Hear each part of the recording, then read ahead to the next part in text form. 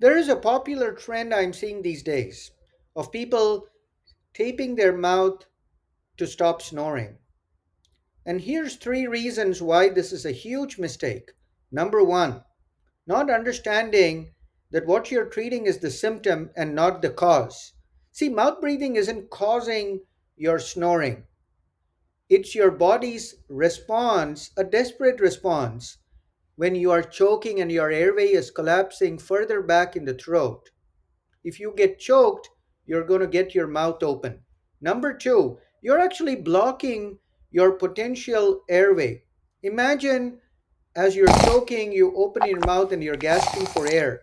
Now, when you tape your mouth and close it, in case your nose is also blocked, you're putting your body in a dangerous mode where it could suffocate. Number three, you're delaying life saving diagnosis.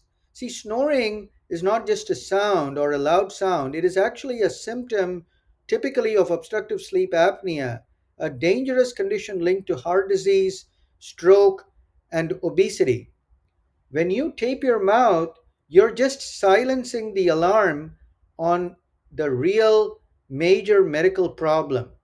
So, is taping the mouth dumb when it comes to snoring and sleep apnea?